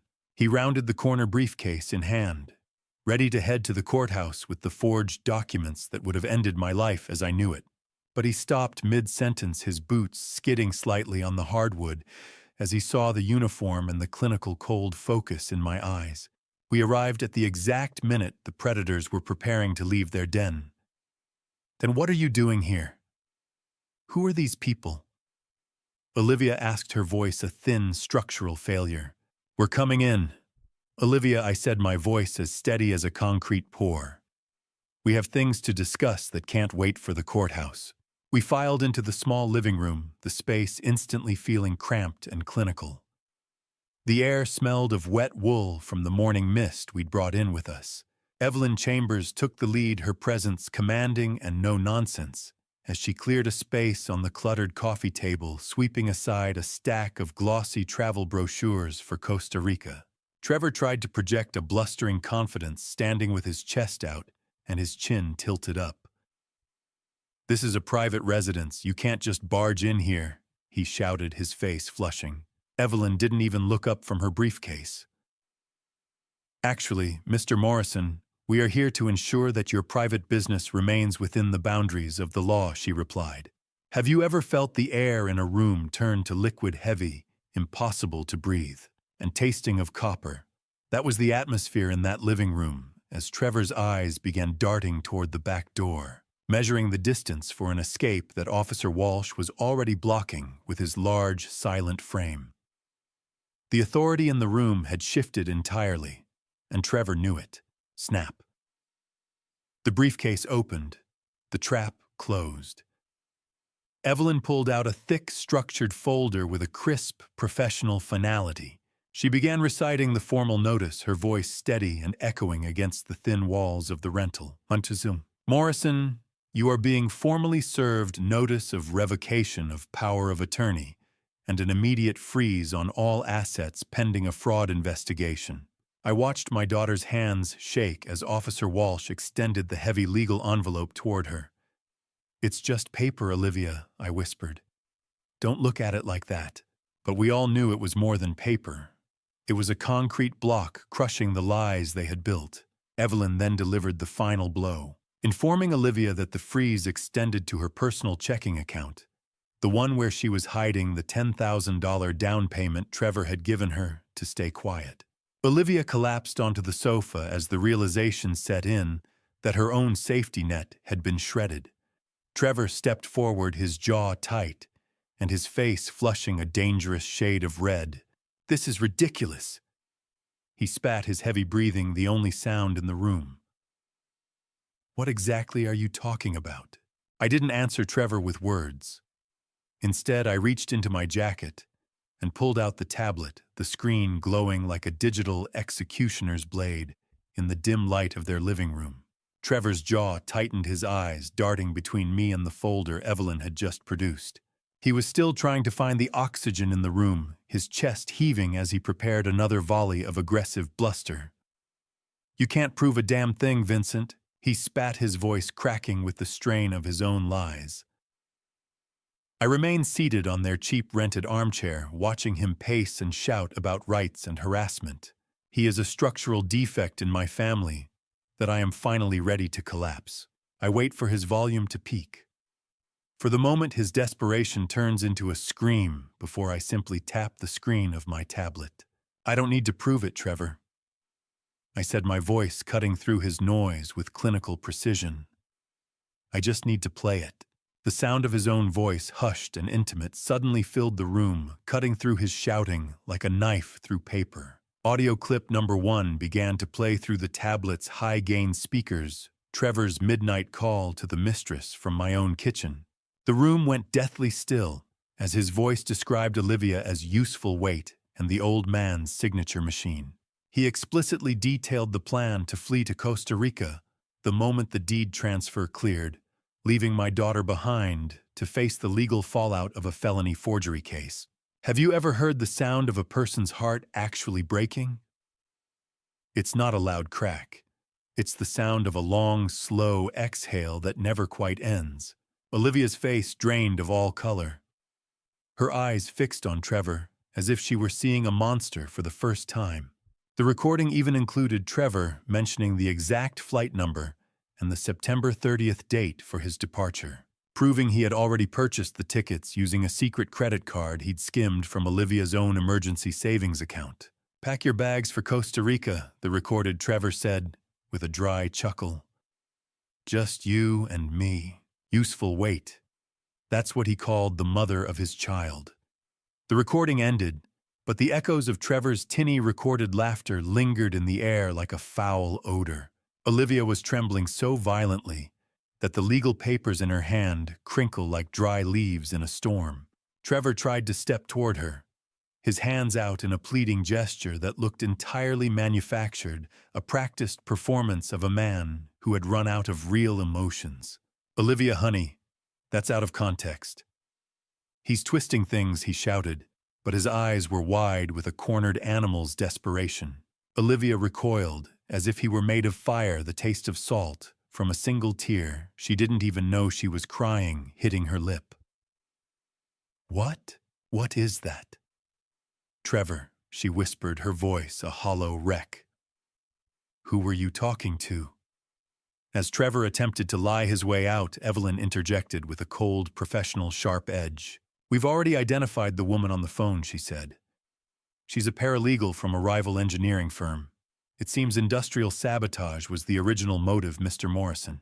Trevor stepped toward me, his face flushing a dangerous shade of red. "That's out of context," he started, but I held up a hand. "There is more, Trevor. A lot more." The second audio file was labeled with a timestamp that made my blood run cold, 10:15 a.m., the exact minute my granddaughter usually steps onto the playground for recess. I held the tablet steady, the blue-white glare illuminating the absolute moral horror in the room. I pressed play, and the space was instantly filled with Trevor's cold, transactional voice, describing the layout of Hawthorne Elementary to a debt collector. He detailed the specific fence line where Emma plays and her 10:15 a.m. recess schedule, offering her vulnerability as a guarantee for his underground gambling debts. The clinical way he sold out his own daughter's safety was a level of depravity that left even Evelyn Chambers looking visibly shaken. But then, the recording took a darker turn. Trevor admitted to accepting a protection fee from these criminals to allow them to photograph Emma on the playground for intimidation purposes. My hands didn't shake, but a cold, hard rage settled behind my eyes. How do you breathe when you find out? The man sharing your bed has put a price tag on your child's life. Olivia's entire body went rigid as she listened to the description of the playground fence, where she had waved goodbye to Emma just yesterday. She dropped the legal papers, the dry sheets of bond paper scattering across the rug like autumn leaves. Her hands flew to her mouth to stifle a sob that sounded like a physical breakage of her soul. She looked at Trevor not with love or even the anger of a betrayed wife, but with the hollow stare of someone looking at a monster. You used her. She whispered the words, barely escaping her throat. You used our baby to pay for your games. Trevor's face was a mask of sweat and cheap cologne as he tried to backpedal. I was trying to keep them away from the house, Olivia. I was buying us time. The logic of a coward only served to deepen the silence following his confession. One lunge, one badge, one total collapse of a monster's ego. Trevor finally snapped his bluster, turning into a wild, cornered animal aggression as he lunged toward the tablet in my hand, screaming that I had no right to record his private business. Officer Walsh moved with practiced speed, his leather belt creaking as he intercepted the charge. He blocked Trevor's path and pinned his arm behind his back against the drywall with a force that made the house shudder. Trevor let out a sharp gasp, his cheek pressed into the paint. Because Trevor had explicitly threatened a minor in the recording, Evelyn signaled to Walsh, who transitioned from a civil server to a law enforcement officer performing a protective detention. I stood up, looking down at the man who thought he could steal my house and sell my granddaughter's life. The engineer in me saw the final collapse of the structure. The demolition was complete. Walsh's forearm was a steel bar holding Trevor in place, the sharp scent of adrenaline thick in the air. I looked at Trevor, his face contorted in a mix of pain and fury, and then I turned to my daughter. It's over, Trevor, I said, my voice as heavy as a burial stone. But Olivia, for you, it's just beginning. You have a choice to make, and you have exactly 1 minute to make it. The room was silent. The kind of stillness that only comes after a storm has finally broken the windows, leaving nothing but the cold, whistling truth to fill the gaps. I turned my back on Trevor, who was still struggling weakly against Officer Walsh's immovable grip, and focused entirely on Olivia. She was a wreck of a woman trembling on the floor, the smell of fear and stale air in the cramped rental house nearly overpowering. I laid out the 2 paths available to her with the clinical precision of a final inspection report. You have one choice, Olivia. 1. You stand with him and lose Emma to the state as an accomplice to a felony, or you stand with me and save her. I watched the last of her defensive walls crumble, replaced by the raw, desperate instinct of a mother who finally realized she'd been sleeping next to a predator. I didn't know she sobbed, her voice muffled by her hands. Dad, I swear I didn't know he'd go after her school. I revealed that the loan sharks Trevor feared had actually been monitored by the FBI for months. His recorded confession wasn't just evidence of a theft. It was the final piece needed for a federal racketeering indictment. Have you ever seen a man realize he's been digging his own grave for 6 months? The look in Trevor's eyes was the only payment I ever needed. I pulled a second set of documents from my jacket, the ones I prepared after my call on Friday. I informed Trevor that the FBI was already very interested in his investors and that his recorded ledger was currently being transcribed by a federal task force. Trevor's face went from a flush of rage to a ghostly, translucent pale. You called the feds, he croaked, his voice cracking like dry timber. You'll ruin everything. I didn't blink. I wasn't just a father protecting a home anymore. I was a man containing a toxic spill. I watched him realize that this wasn't just a lawsuit or a family squabble, it was a prison sentence. The magnitude of his strategic failure settled in his eyes, and the bluster finally bled out of him. leaving behind nothing but the hollow shell of a man who had tried to gamble with lives that weren't his to lose. Game over. The house always wins, Trevor, especially when the house is mine. Evelyn Chambers stepped forward with a crisp authority to finalize the legal handoff.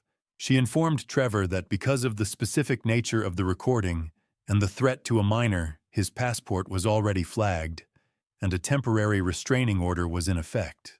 Trevor finally stopped fighting Walsh, his body going limp as if his bones had turned to liquid. In a moment of absolute desperation, he tried to bargain accidentally, revealing that the notarized backup folder was hidden under the spare tire in his car. Walsh nodded to a colleague outside, and I knew the physical evidence was as good as secured. I looked at my daughter, who was now sobbing quietly on the rug, and felt no joy, only a somber, exhausted relief. I turned toward the door, the heavy weight of the last 2 weeks finally lifting from my shoulders as I felt the tactile threshold under my boots. As I reached the door, Trevor's voice cracked one last time, high and thin, with the sound of a man drowning in his own choices. This is entrapment. I didn't look back. The walk to my truck was the longest 50 feet of my life, each step on the damp pavement, sounding like a heavy, final, rhythmic thud that signaled the death of the family I thought I knew. I stood on the porch for a fraction of a second, the cool September air biting through my shirt. Trevor's desperate cry of entrapment was still ringing in my ears, a high, thin sound that carried the jagged edge of a man who realized the walls were finally closing in. I didn't look back.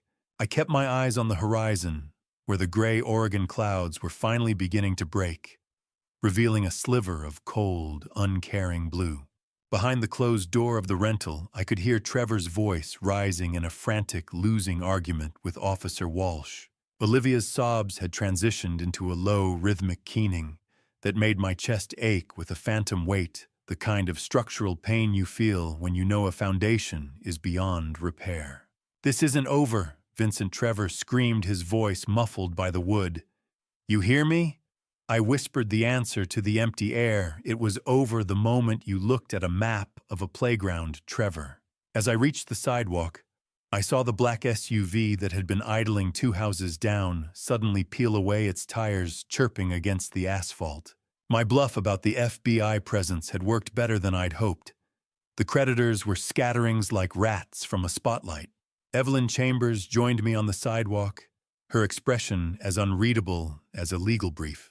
She didn't say a word at first, but she placed a firm, supportive hand on my shoulder, a gesture of solidarity that anchored me to the present. She informed me that Officer Walsh would remain on site until the primary evidence from Trevor's car was secured and the initial statements were logged.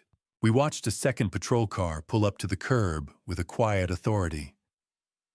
The welfare check on Emma was being initiated at Hawthorne Elementary. For the first time in 2 weeks, the crushing pressure in my lungs eased, and I felt like I could actually draw a full breath of air. "The state will take it from here," Vincent Evelyn said, her voice a calm bulkhead against the chaos. "Go home." I looked at her, my eyes stinging. "Is she safe, Evelyn? Is Emma really safe?"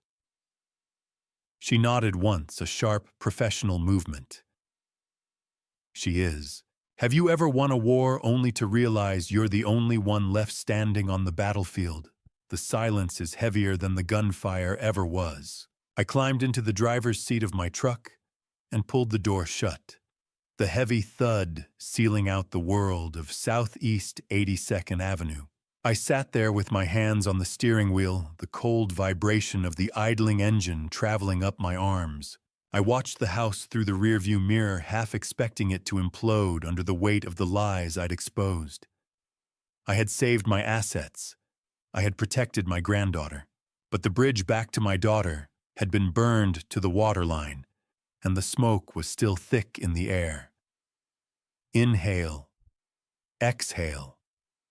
The air tasted like rain and freedom. It was bitter. I pulled my phone from my pocket and found a final text from Warren Phillips. "The cloud account is deleted. Your house is yours again." I turned the key and the engine rumbled to life. But as I glanced at the passenger seat, I saw Emma's forgotten coloring book, the one thing I couldn't protect from the truth. "I am sorry, Patricia," I whispered to the empty cabin. I did what I had to do. The next 24 hours passed in a blur of gray rain and phone calls that felt like echoes from another life. But it was the vibrating buzz of my phone at 10 a.m. on Thursday that finally broke the static. I was standing in the hallway, the faint smell of damp dust hitting my nose, as I unscrewed a dead light bulb, a mundane task, intended to keep my hands from shaking. I answered the call from Evelyn Chambers and held the cold, vibrating device to my ear. She chose Emma Vincent, Evelyn said, her voice carrying a weight of professional satisfaction. "Olivia called my office an hour ago. She's broken, but she's resolute. She has agreed to cooperate fully with the authorities." Evelyn explained that my daughter was currently signing a cooperation agreement, handing over every shred of evidence regarding Trevor's coercion and his gambling contacts. Most importantly, she had filed for an emergency divorce and a petition for sole custody. She had finally chosen her daughter over her fear. "Good," I replied, staring at the empty light socket. "Emma needs her mother, the version of her that isn't afraid of a shadow." Evelyn revealed that because of the clear evidence of coercion, the district attorney had decided not to press criminal charges against Olivia, provided her testimony secured the convictions of the ringleaders. 2 weeks later, the Oregon autumn had turned sharp and biting. I was in my workshop when Evelyn called again. FBI, raid, arrest. Those 3 words felt like the closing of a heavy iron door. The system I had trusted to protect my life had finally turned its gears against the man who tried to dismantle it. Evelyn informed me that the federal task force had executed a coordinated strike on the illegal gambling ring Trevor was indebted to. 5 major arrests were made, including his primary creditor, effectively erasing the physical threat to Emma's school. "The vulture is caged, Mr. Carter," she said. "Trevor is facing 5 to 7 years in federal prison for fraud and conspiracy." And the school, I asked, my voice barely a whisper. "Are those men gone?" "They're processed and in custody," she assured me. "The threat is neutralized." I learned that Trevor had attempted to flee to the airport 2 hours before the raid, but his passport had already been flagged by the FBI contact I provided. He was arrested right there in the security line, clutching a carry-on bag full of stolen hopes. I hung up and walked out to the backyard garden, the air smelling of dormant earth and the coming winter. Have you ever noticed how roses bloom brightest right before the first frost? It's as if they know they have to make the beauty count. Patricia's roses were still blooming, a vibrant red defiance against the encroaching gray. I touched a petal gently, the tactile softness a strange contrast to my own calloused thumb. The structural failure of my family had been shored up by federal steel, and the threat had been eliminated at its very source. I stood in the silence, listening to the autumn wind whistle through the garden beds, realizing that the weight of the coloring book I still kept in my truck was finally starting to feel a little lighter. "It's over, Patricia," I whispered to the wind. The fortress held. I touched the last red rose of the season and whispered, "It's over." But as I walked back inside, I knew there was one more legal document that needed my signature, one that would change Olivia's life forever. How much is a daughter's loyalty worth once it's been appraised, traded, and found wanting in the cold light of a forged signature? The walk back into my house had felt different with Trevor behind bars, but the structural integrity of my family was still compromised. I arrived at Evelyn's office for a final permanent legal restructuring on a Tuesday afternoon in late October. The long orange glow of the autumn sunset spilled through the windows, casting skeletal shadows across the mahogany desk. I sat across from Evelyn Chambers one last time, the smell of mahogany and old leather anchoring me. "We weren't here to discuss arrests today. We were here for the final demolition. I want her removed from every schedule of assets, Evelyn. Totally and permanently," I said, my voice steady. It wasn't an act of malice, but a structural necessity. I cannot leave my life's work to someone who proved they could be bent by the first predator to come along. "Are you sure, Vincent?" she asked, her eyes searching mine. "This is a bell you can't unring." I nodded without hesitation. "I'm an engineer, Evelyn. I know when a beam is too warped to hold weight. A will is just a blueprint for a life that hasn't ended yet. And like any good blueprint, it needs a failsafe." The second half of the document was the reconstruction. I established an irrevocable spendthrift trust for Emma, ensuring her education, healthcare, and future were shielded from both Trevor's greed and Olivia's poor judgment. I appointed a corporate trustee to manage the funds, removing the temptation from Olivia entirely. "Emma is the future of this family," I explained. "She's the only part left that hasn't been compromised." As I reviewed the Emma provision, I realized I was building a bridge for my granddaughter that her mother would never be allowed to cross. However, I included a conditional amnesty clause. Olivia would receive a modest monthly stipend, but only if she maintained a permanent restraining order against Trevor and completed a court-ordered financial responsibility program. It was a door I was leaving ajar, though I didn't expect her to walk through it anytime soon. Love means consequences, and I was finally enforcing them. Ink, paper, seal. The family tree was pruned. Evelyn placed the heavy stack of paper in front of me, and the fountain pen felt cold and balanced in my hand. I signed each page with the same steady hand that once drafted thousands of bridge blueprints. With each stroke of black ink, the Morrison influence was purged from my legacy. As I signed the final page, Evelyn handed me a small envelope left by Trevor's mistress. It contained a coded key to a digital offshore account Trevor had hidden even from Olivia. I didn't even look at the balance. I simply pushed it across the desk toward Evelyn. "Give this to the corporate trustee for Emma," I said. "Let it be the first stone in her new foundation." When the last document was notched and filed, I felt a strange, hollow peace. The fortress was finished, the perimeter was secure, and the old man was finally truly alone inside it. "Thank you, Evelyn, for everything," I whispered. I stood up and felt the tactile weight of the completed trust in my mind. I walked out to the parking lot and looked at the sunset, my shadow stretching out long and thin across the pavement, a solitary figure in a world I had spent my final strength to secure.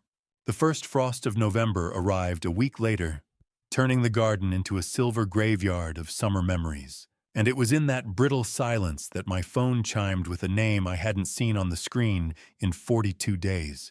I was standing at my lathe in the workshop, the mechanical hum and the smell of cedar shavings providing a rhythmic sanctuary that I had come to rely on.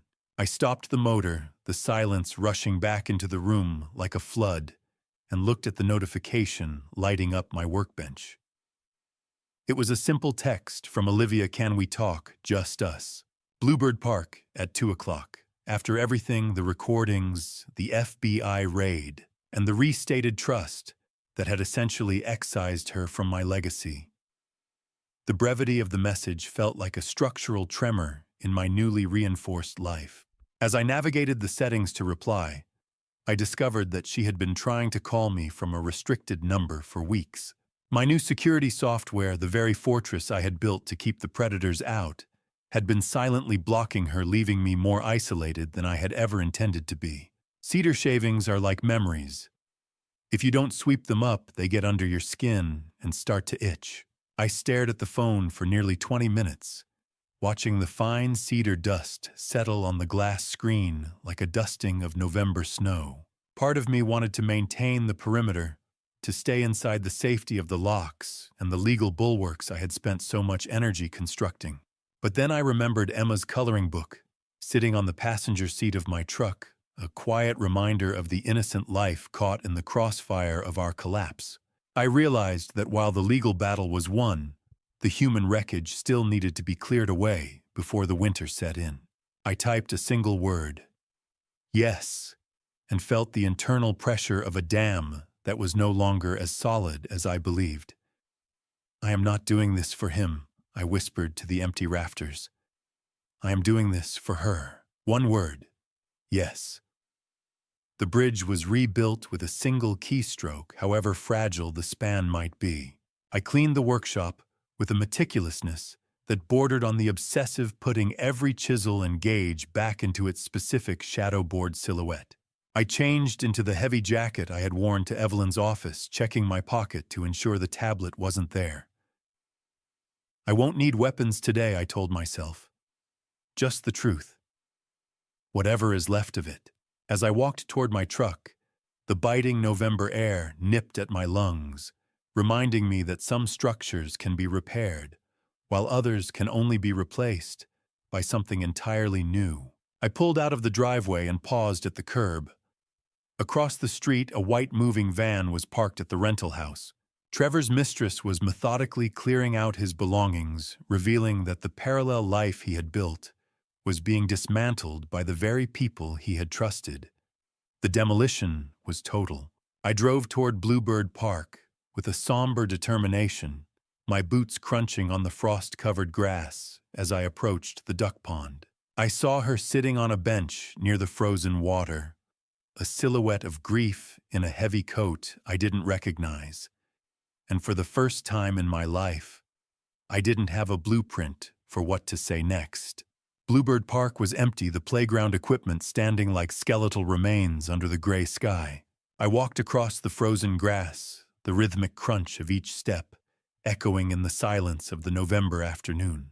I saw Olivia sitting on the bench by the duck pond, her silhouette small and huddled against a cold wind that whipped through her winter coat. I sat down on the opposite end of the frost-slicked bench, the distance between us exactly 4 feet. A physical gap that felt like a canyon neither of us knew how to bridge. She didn't look at me for a long time, her eyes fixed on the frozen water, where a few brave ducks huddled near the reeds. When she finally spoke, her voice was thin and fragile like dry glass. I was so afraid of losing the house that I lost everything else instead, she whispered. She admitted she knew Trevor was in financial trouble, but claimed she never knew the extent of the depravity regarding Emma. I listened with the clinical detachment of a lead engineer inspecting a collapsed structure, looking for what could be salvaged. She revealed she'd already started working a minimum wage job at a local grocery store to support Emma. It was the first sign of responsibility I'd seen in years. "Do you still hate me, Dad?" she asked, her gaze finally flickering toward mine. 0%. That was her rating. My own daughter. I didn't answer her question directly. Instead, I laid out the conditions of our future relationship with the precision of a contract. I told her about the irrevocable trust I'd established for Emma and the conditional stipend for her own survival. I made it clear that while I would remain a grandfather, my role as her father had changed from provider to overseer. Emma's future is sealed, I said, the cold air biting at my lungs. Yours is up to you. There will be no more joint accounts, no more power of attorney, and no more secrets. If that trust is broken again, the bridge is gone for good. Trust isn't a gift, Olivia. It's a structure, and right now yours has a 0% safety rating. She nodded slowly, accepting the terms with a resignation that suggested she had expected far worse. The silence that followed was heavy, filled with the ghosts of the family we used to be before greed and a predator named Trevor had dismantled the foundation. Can a bridge ever be truly safe again after it's been sabotaged from the inside? Or do you just spend the rest of your life waiting for the next crack? I watched Olivia stand up, her movement slow and stiff from the cold. "Thank you for the stipend," she said, her eyes red-rimmed. "I'll start the financial responsibility program on Monday." I didn't offer her a hug. I didn't offer her a way back into my house. I stayed seated, a solitary figure in a coat that felt too heavy. "Goodbye, Olivia. Drive safe," I replied. I watched her walk toward her car, her small frame disappearing into the gathering mist of the Oregon afternoon. The fortress I had built was now the only thing I had left to inhabit. As she pulled away, I realized she had left a small, cream-colored envelope on the bench. It wasn't a request for money or a plea for forgiveness. I opened it to find a handwritten letter from Emma, the only person whose trust remained untarnished by the wreckage. I watched her car disappear into the mist, and as I reached for Emma's envelope, I saw my own reflection in the frozen pond, a man who had protected his wealth, but stood entirely alone in the frost. The workshop was warmer than the park, but it felt just as empty. I didn't open Emma's letter until I was back in the sanctuary of my workbench, the smell of cedar shavings rising to meet me like an old friend who didn't care about my mistakes. I sat on my stool and carefully unfolded the paper. Emma's childish handwriting revealed a truth I hadn't expected. She knew Daddy was going away because she had seen him packing his suitcase weeks before the confrontation. It was a sobering reminder that children see the cracks in a structure long before the adults are willing to admit the building is falling. I set the letter aside, my heart heavy with the realization that my granddaughter had been living in the shadow of a collapse for far longer than I had. The first month of our new reality passed with a clinical, quiet consistency. Every Sunday, Olivia brings Emma to the house for a 4-hour supervised visit. She stays in the kitchen, punctual and quiet, serving a sentence in the quietest prison imaginable. I brought her favorite snacks, Dad, she told me last Sunday, her voice low. They're on the counter. I only nodded. Thank you, Olivia. We'll be in the shop if you need us. Trust is like a finish on fine mahogany. Once you strip it away, you can never quite get the same luster back, but the wood underneath is still solid. In the workshop, I finally began the lessons I promised. Emma stands on a sturdy step stool I built specifically for her, her small hands guided by mine as we sand a block of pine for a birdhouse. The sound of the hand plane smoothing a board provided a rhythmic background to our work. I find myself explaining the mechanics of stress and support, not just in wood, but in the world. I am teaching her that some things are built to last, while others are built to be replaced, and that the quality of the material matters more than the finish. Is it strong now, Grandpa? She asked, her eyes bright with a curiosity that Trevor hadn't managed to extinguish. It's getting there, Emma, I replied, guiding her hand across the grain. You have to find the grain first. I took a sip of hot, bitter coffee, the warmth a welcome relief against the cold draft near the door. Click. The screen went black. I was no longer a spy. I was just a grandfather. On a Tuesday night, as the first real snow began to dust the Oregon pines, I sat at my workbench and opened the surveillance software one last time. I watched the empty rental house across the street, now bearing a for lease sign in the yard. Then I toggled the feed to Olivia's new apartment. She was sitting with Emma, helping her with homework, the scene mundane and safe. As I prepared to log off, I noticed a notification from my bank. Olivia had been putting half of her modest monthly stipend into a savings account for me, a quiet, unforced attempt to pay back the theft. I realized then that a fortress is only a prison if you never let yourself leave. With a single deliberate click, I deleted the remote access software forever.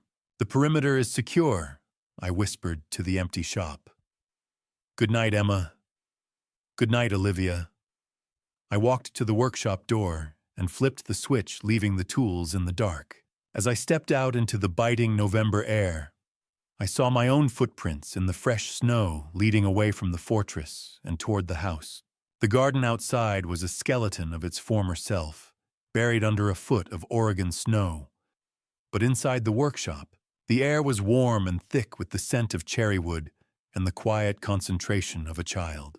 I watched my own footprints in the fresh snow leading back toward the house from the night before, a trail of resolve that felt permanent now. Emma and I were working on a small jewelry box, a replica of the one I had made for Patricia 30 years ago.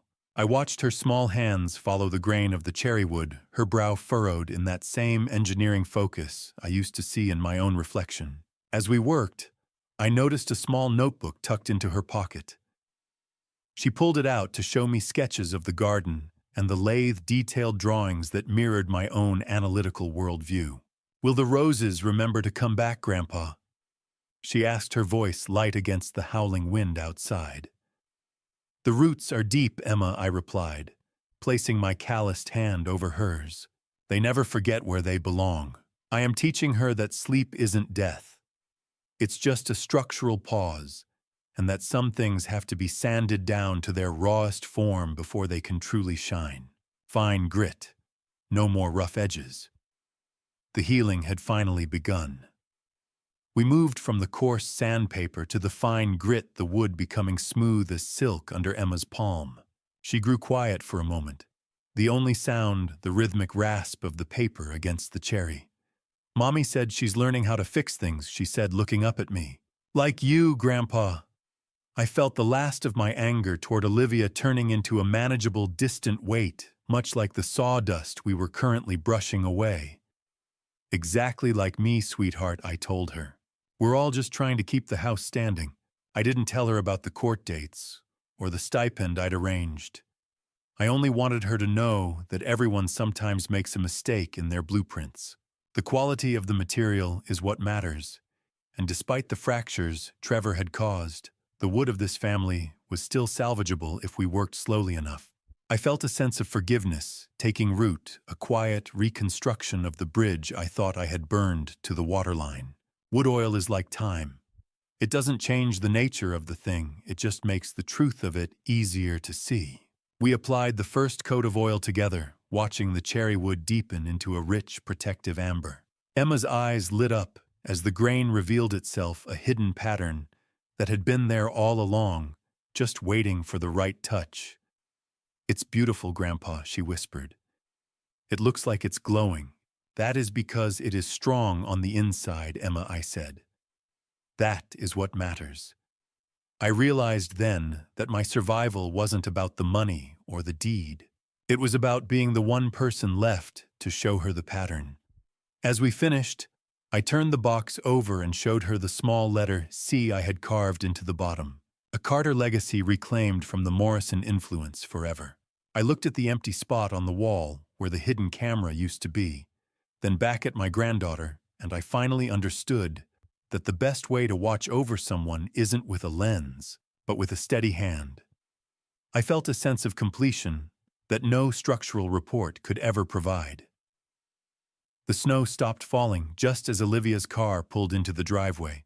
The snow stopped falling just as Olivia's car pulled into the driveway. The silence that followed. Not the heavy, suffocating kind I'd lived with for months, but something lighter, like a building that had finally settled into its new foundation. I stood on the porch, my breath blooming in the cold air, as Olivia secured Emma into her car seat. We didn't exchange words of forgiveness. We simply exchanged a look of mutual recognition of the new hard boundaries that define our lives. "See you next Sunday, Dad," she said, her voice quiet but steady. "Next Sunday, Olivia." "Drive safe," I replied.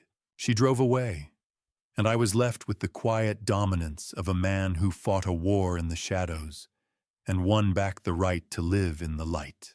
The fortress was no longer a bunker. It was just a home again. I watched the taillights fade, knowing the perimeter I'd built didn't just protect my money, but the fragile chance for my daughter to become the mother Emma deserves. I returned to the workshop, the smell of cold cedar and wood oil greeting me. I opened my laptop for the final time in this professional capacity. I found the encrypted chat with Warren Phillips, the man who had given me the eyes to see through Trevor's lies. I tried to process the final payment, but I realized Warren had already refused it. He'd left a short note saying a master engineer at work was payment enough. I felt a surge of mutual respect for the man across the street who had risked his own peace for mine. "The job is done, Warren. Wipe the drive I typed. Operation complete." Vincent came the immediate reply. "Take care of that granddaughter. Delete. Erase. Gone." The digital ghosts were finally laid to rest. It was the final engineering check on a bridge I never wanted to build, but one that saved my family from a total structural collapse. What is the weight of a secret? Once it's been told, it's nothing. It's lighter than the air in an empty workshop. As I initiated the final wipe of the laptop, I discovered one last hidden file Warren had left for me. I clicked it, and suddenly the workshop was filled with the sound of Patricia's voice. It was a recording from a years-old backed-up security test we'd forgotten about. "Vincent, honey, don't forget to come in for dinner," she said, her voice warm and full of the life we'd shared. It was an audible blessing from the woman who had started the garden, a final reassurance that the foundation we'd laid together was still holding firm. I closed the laptop, the lid clicking shut. With a sound of absolute finality, I listened to the house. It was quiet, but it was a living silence. The hum of the refrigerator, the wind in the pines, the absence of Trevor's predatory pacing. I looked at the jewelry box. Emma and I had finished the oil, giving the cherry wood a soft, protective glow. I am an old man with a steady hand, and for the first time in a very long time, I don't feel the need to watch anything at all. No more cameras. Rest easy, Patricia. The house is safe. I stood in the center of the room and breathed in the scent of cedar one last time before flipping the light switch, finally content to let the shadows be just shadows. The gravel crunched under my boots as I crossed the yard, a solitary sound, in a neighborhood that had finally stopped feeling like a battlefield. I had stepped out of the workshop and flipped the switch, leaving the tools in the dark. And as I walked toward the house, I saw my own footprints in the fresh snow, leading away from the fortress I'd inhabited for so long. I didn't reach for my phone to check the perimeter. I didn't even feel the phantom vibration that had haunted my thigh for months. I realized then that my psychological recovery had finally caught up to my legal victory. I stood on the back porch and looked at the heavy brass master key in my hand, the one that opens every door in a house I almost lost. I thought about the months spent behind monitors, the cold calculations, and the weight of the tablet that used to live in my pocket.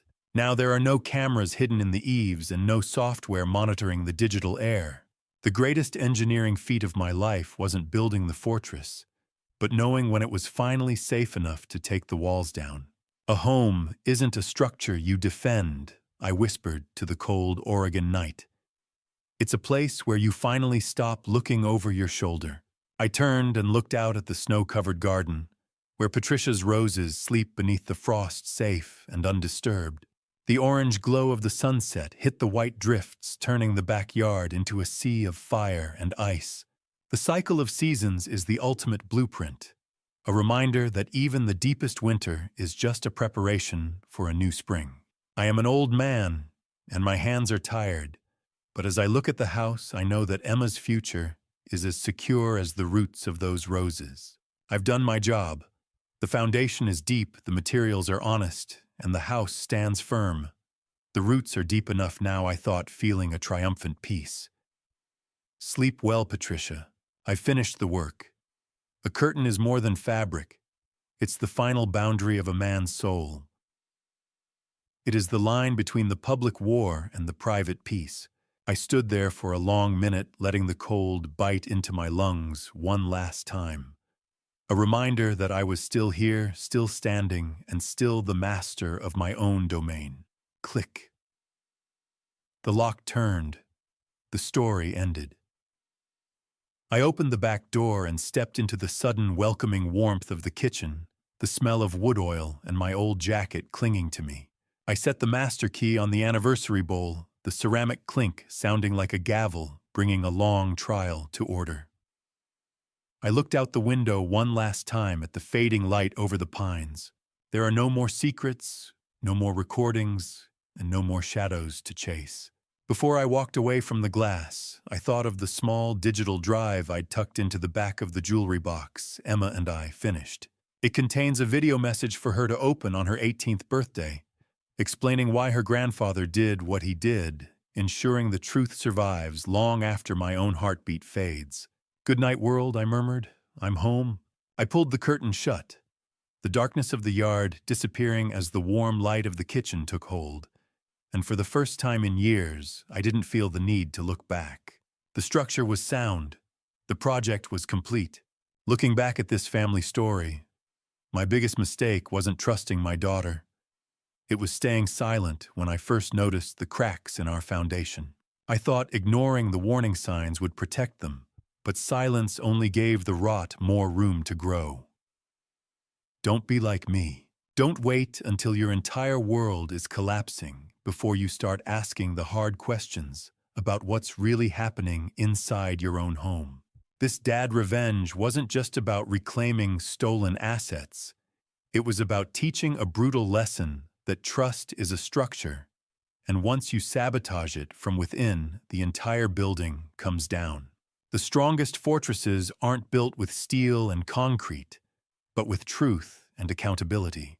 I truly believe the Lord's timing is always perfect, even when it feels like a storm is tearing everything apart.